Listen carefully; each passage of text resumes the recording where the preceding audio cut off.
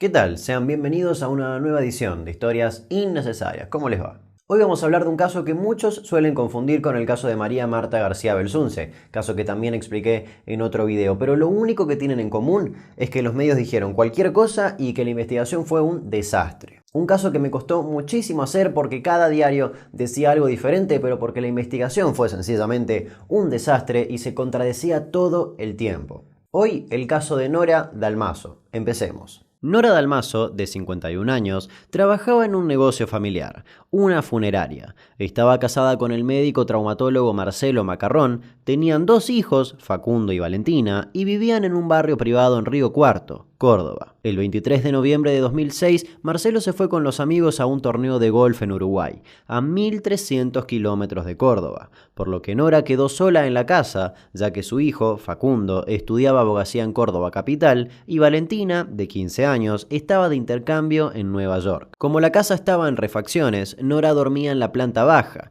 en la habitación que pertenecía a Valentina. El 24 de noviembre a la noche, Nora salió a comer y a tomar algo con sus amigas. Aproximadamente a las 1:30 de la mañana, ya siendo sábado 25 de noviembre, Nora subió a su auto e intercambió mensajes con su amante, un amigo de su esposo que también estaba jugando al golf con él. Ella llegó a su casa y hasta el domingo 26 de noviembre nadie tuvo noticias de ella. Dejó de atender su celular y no contestaba ningún mensaje, hasta que su madre llamó a un vecino de Nora para pedirle que vaya a su casa para ver si pasó algo. El vecino fue y la encontró muerta, desnuda sobre la cama de su hija, y ahí comenzaron las abismales fallas en la investigación. En primer lugar, por la escena del crimen pasaron unas 25 o 27 personas. El fiscal Di Santo, familiares, vecinos, la empleada doméstica y hasta el cura de la familia, que tapó el cuerpo de Nora porque le daba impresión.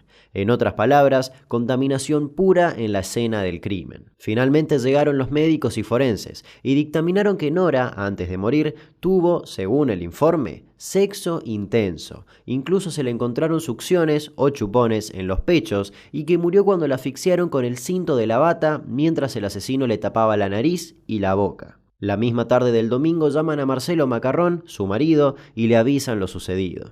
Por supuesto, ante tanta contaminación en la escena del crimen, era imposible recuperar evidencia pura y todo el caso se complicó. Eso, sumado a que los Dalmaso Macarrón eran una familia bastante conocida, hizo que el caso sea un boom mediático rápidamente. Y ahí, como ya vimos en tantos otros casos en este canal, comenzó a decirse de todo. A un mes del hallazgo del cadáver en el primer piso de su propia casa en el barrio Cerrado de Río Cuarto, para los abogados del viudo del traumatólogo, el doctor Macarrón, el asesino estaría cercado. Pero en las últimas horas ha surgido otra hipótesis, la presencia de una mujer en la escena del crimen. Y Mario Masachesi tiene más datos todavía, el que está circulando en concreto, que es el de que Nora Dalmaso habría levantado en su auto a un hombre. Se hablaba del casamiento al que habría ido entre la cena famosa y el brindis de champán en la casa de las amigas. Y ahora un hombre que sí se subió a su auto. ¿Qué es el sospechoso más sospechoso, Silvia? Hay declaraciones periodísticas de un médico forense que participó de la autopsia de Nora Dalmaso asesinada en su casa de Río Cuarto, en la provincia de Córdoba. Él dijo que el asesino conocía a la víctima y que no actuó de manera premeditada. Declaraciones, como decimos, que circulan, que no sabemos si están dentro de la causa, pero que solamente agregan más dudas. La agitada vida sexual de Nora Dalmaso, dentro y fuera del country, pudo despertar la ira de una mujer capaz de tomar venganza. Uno de los abogados de Marcelo Macarrón, viudo de Nora Dalmaso, la mujer asesinada en su casona de Villa Golf, aseguró que hay un nuevo sospechoso en la investigación. Se trata de un ex compañero de trabajo de la víctima. En primer lugar, todo se centró en los amantes de Nora Dalmaso. Se llamaron a un montón de hombres pensando que eran posibles amantes, cosa que no era así. Se llegó a decir incluso que Nora tenía 18 amantes. A raíz de eso, hasta se empezaron a vender remeras que decían "yo no estuve con Norita". Se comenzó a especular con juegos eróticos entre Nora, sus amigas y los esposos de ellas. Se comenzó a decir de todo, teorías en las que me parece completamente innecesario profundizar. Incluso un noticiero mostró en vivo las espantosas fotos de la escena del crimen y del cadáver de Nora. Fue un escándalo, nuevamente una asquerosa demostración de lo que los canales son capaces de hacer con tal de más puntos de rating.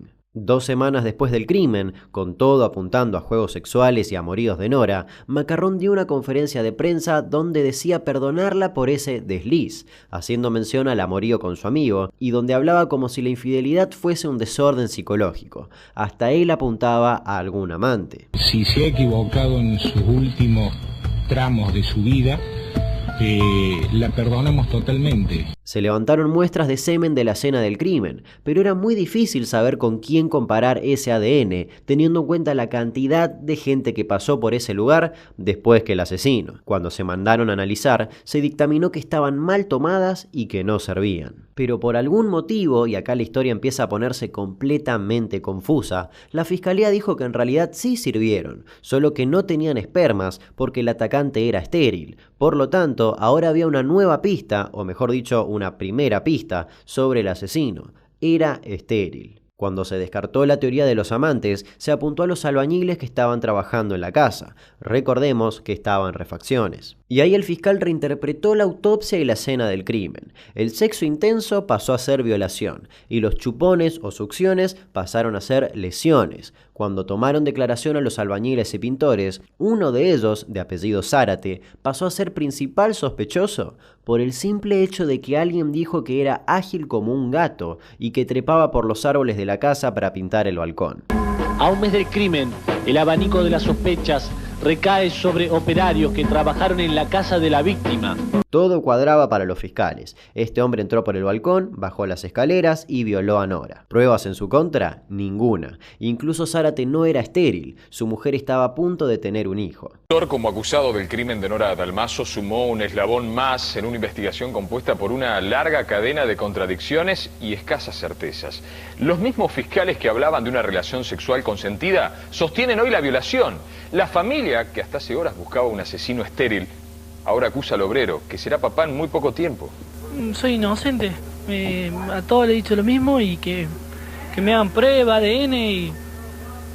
Soy inocente. ¿Qué hiciste esa noche? Llegué a mi casa a 1:30 y me acosté a dormir.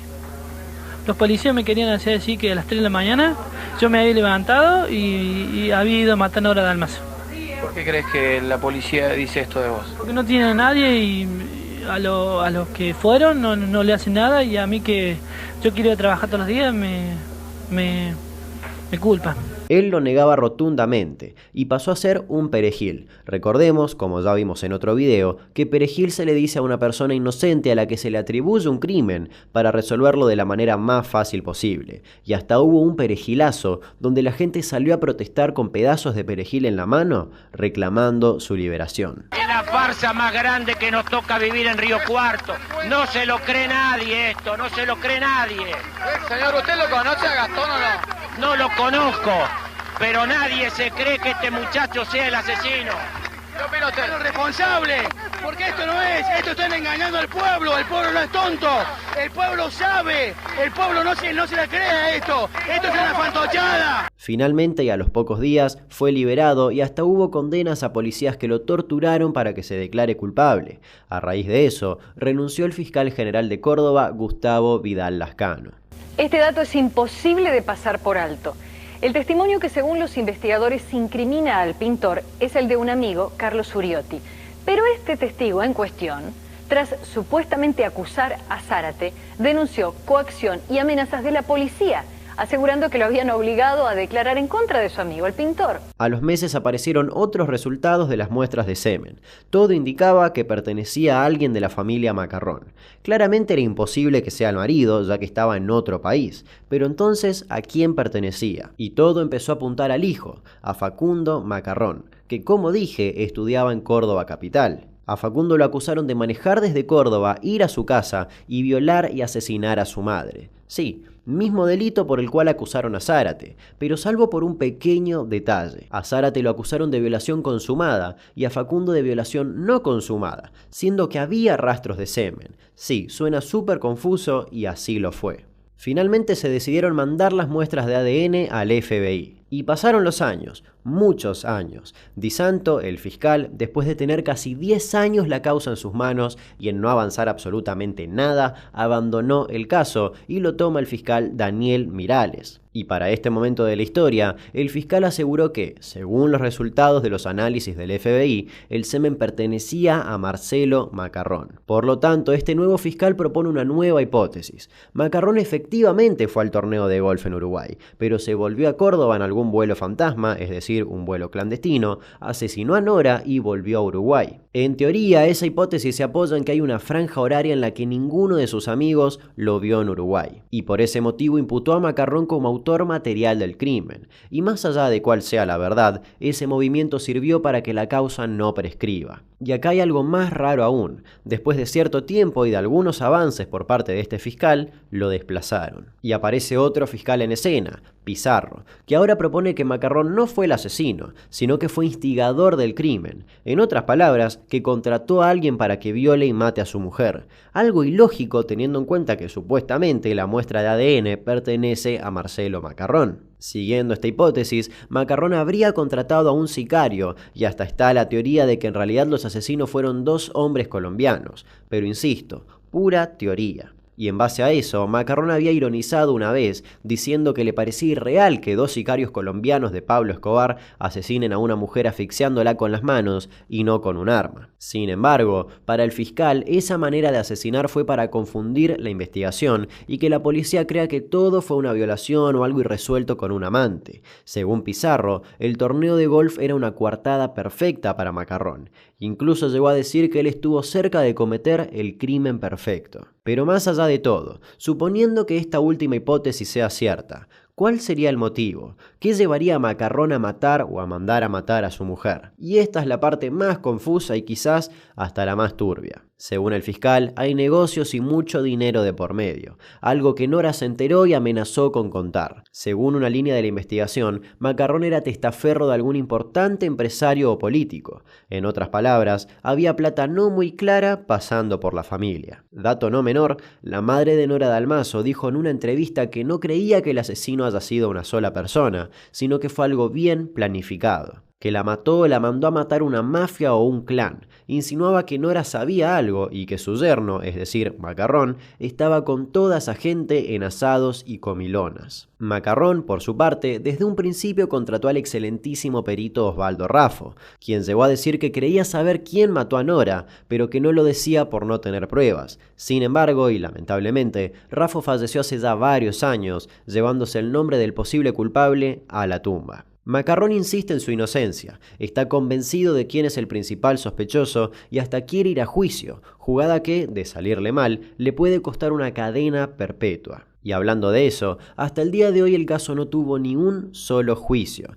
y lentamente el nombre Nora Dalmaso se va olvidando, salvo algún que otro informe cuando se acerca noviembre y se cumple un año más de un crimen que por una suma de fiscales que hicieron mal su trabajo, aprietes y corrupción, nunca se esclareció. Las únicas certezas son las fallas que hubo. Se contaminó la escena del crimen, al cuerpo no se le hizo la necropsia, por lo tanto no se sabe si recibió golpes en la cabeza o no, e incluso no se sabe si fue violada o si tuvo relaciones sexuales consentidas. Se acusó a un montón de gente y se investigaron muchas hipótesis al mismo tiempo que eran simplemente callejones sin salida. En noviembre se van a cumplir ya 14 años de este crimen, un crimen que pasó por todo y donde se expuso la privacidad de la víctima de las maneras más asquerosas. Se dijo mucho, de todo, y se hizo muy poco. Espero que les haya gustado esta nueva edición de Historias Innecesarias y como habrán visto, la principal diferencia con el caso de María Marta García Belsunce es que en el caso de María Marta al menos algo se intentó investigar, aunque haya sido todo nefasto y se condenó a gente que no tenía, a mi parecer, nada que ver.